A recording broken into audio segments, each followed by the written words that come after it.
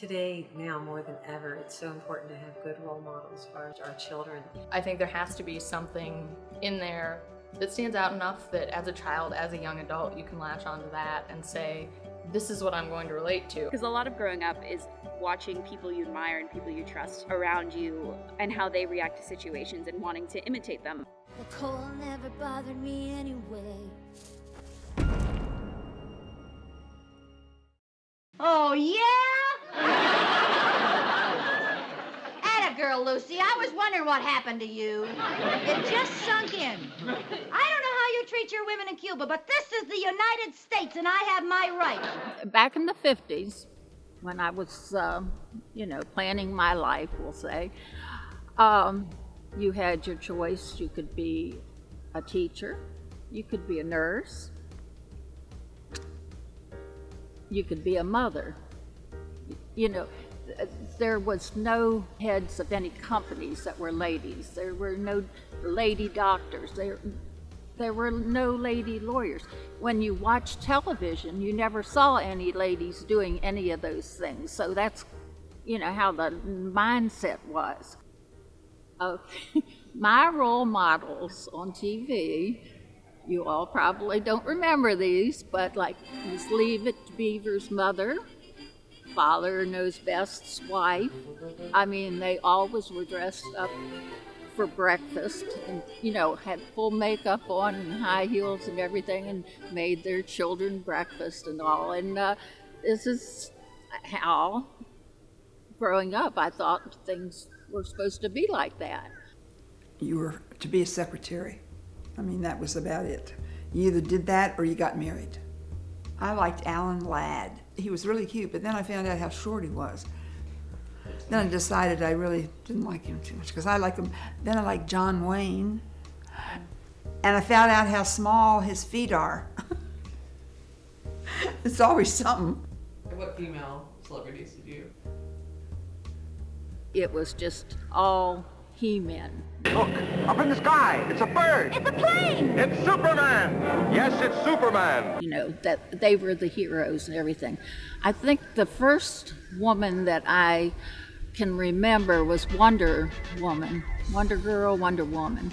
And, she had the magic belt and all that. And she was the first hero.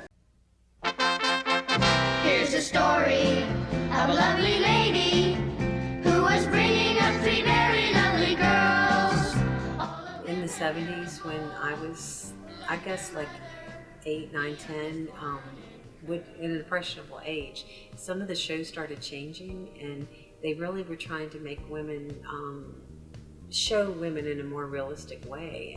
So the Brady Bunch was actually a huge hit in my life. The Brady Bunch was a good example of how, especially in the 70s, the family dynamics became more complicated. The children, argued with their stepbrothers and sisters, but they did that, you're not my father, you're not my mother kind of thing. Although in that show, the mom still stayed home, but she had a housekeeper who wore the apron. And so that mom was more modern and wore clothes that were a little hipper from the times.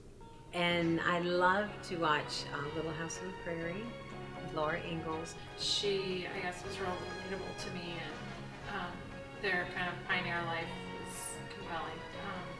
And just family drama. We always had stuff going on in our nuclear family and extended family that their stuff was relatable to me as well. The shows when I was younger started changing as I got a little older, because before it was like the moms just stayed at home and worked. Their job was being at home, watching the kids, watching the house, and that really started changing, and women had jobs outside of the home. And Mary Tyler Moore having her own place and working in a city was new. Who can turn the world on with her smile? And she was the single girl that went to Minneapolis and struck out on her own. She got her own apartment, which was unheard of, and she worked her own job and did her own money. But she still pulled it all together, looked good, was fashionable. Even like Star Trek, I mean, to think that women were in space fighting and flying around in spaceships was just something totally new. Majel Barrett has been a part of the Star Trek universe from the very beginning, and we've asked her to be our special correspondent as we go where no woman has gone before in today's Inside Story.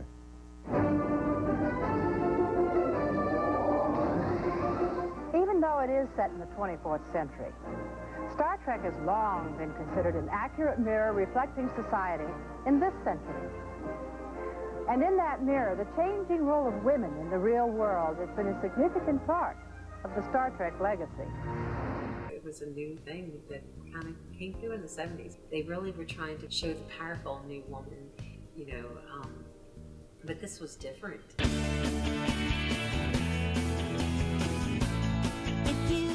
I watch a lot of early 2000s TV, which I love. Veronica Mars, Gilmore Girls, Buffy the Vampire Slayer. And it's just kind of interesting to look at the difference in dialogue that can be said 10 years ago to today even. I think they get away with a lot more kind of jokes that imply that men are always out for sex and men are always interested in sex for women, and that's kind of their only concern, that as like a human male, that is your prime goal in life. And a lot more about women being concerned about like how they appear to men and how they're attractive to men. Whereas today, if that was a line in any modern TV show, there would be a lot of angry think pieces about it.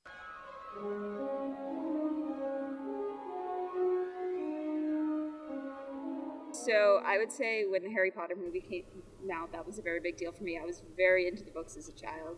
So I kind of like wanted to be J.K. Rowling / wanted to be Hermione. I thought she was really cool because I related with the brown bushy hair, but also I thought she was really smart but still went on adventures. Like that wasn't her only kind of facet of her character, and she was kind of like the most admirable of all the characters to me.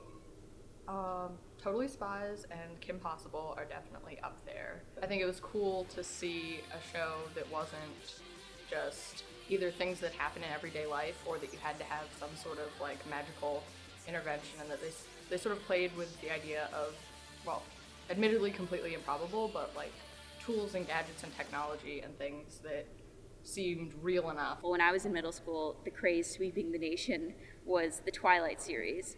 And it was just such an interesting difference in protagonist between, say, the main character and that, who kind of passively went around her life and based her entire life around kind of the male character in that series, versus like a character like Hermione in the Harry Potter series, who acted based on her own belief system and acted based on what she thought was right. Hey, she's only interested in you because she thinks you're the chosen one. But I am the chosen one. Okay, sorry. It may seem like it's just a children's book, why does it matter?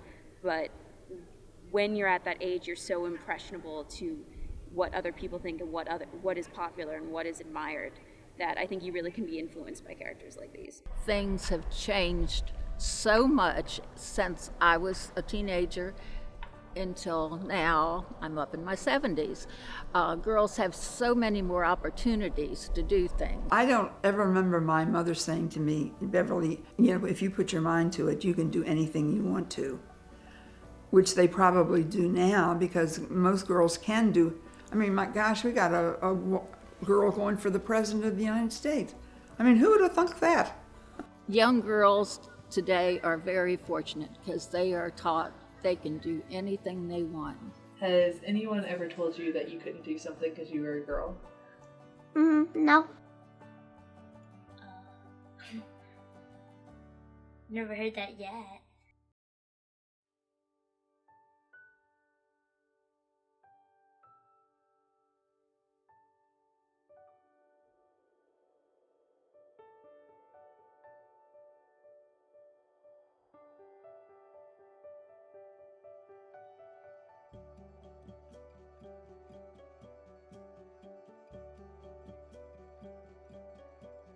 Has anyone ever told you that you couldn't do something because you were a girl? Yes, they said that you can't do it because you're a girl and girls aren't good at sports. Like, if I've said that my grades could be higher, guys are like, oh, your grades can never be higher. Their ideas about who they are and about who they want to be and what's okay and right get shaped by what they watch. They look up to them, and what we do and what we say can change what they decide to do and how they're going to lead their lives. So if you could be one character in a book or a TV show, who would it be? Yeah, probably Raven. Because she's like this cool, dark, mysterious person with powers. Ping Pong, because he's really funny and he's part elephant and part, I can't remember the other part. Of Cameron. Why? Because she does a lot of things and she plays sports and she's like a movie star. Dora. Dora? Why do you like Dora? Because she goes on adventures.